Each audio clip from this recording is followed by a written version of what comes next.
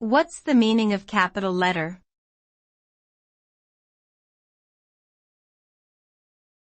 Capital letter.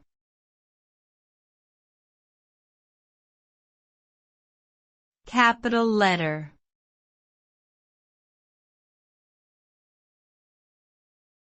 Capital letter.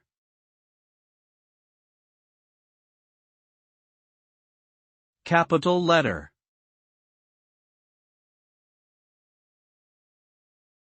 A capital letter is a type of letter that is written or typed in a larger form than its corresponding lowercase letter.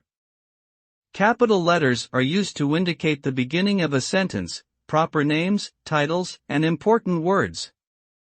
They are an essential part of written communication and are widely used in various languages around the world. Using capital letters correctly can help to convey clarity and professionalism in writing, while using them incorrectly can lead to confusion and misunderstanding. Therefore, it is important to understand and follow the rules of capitalization in written communication.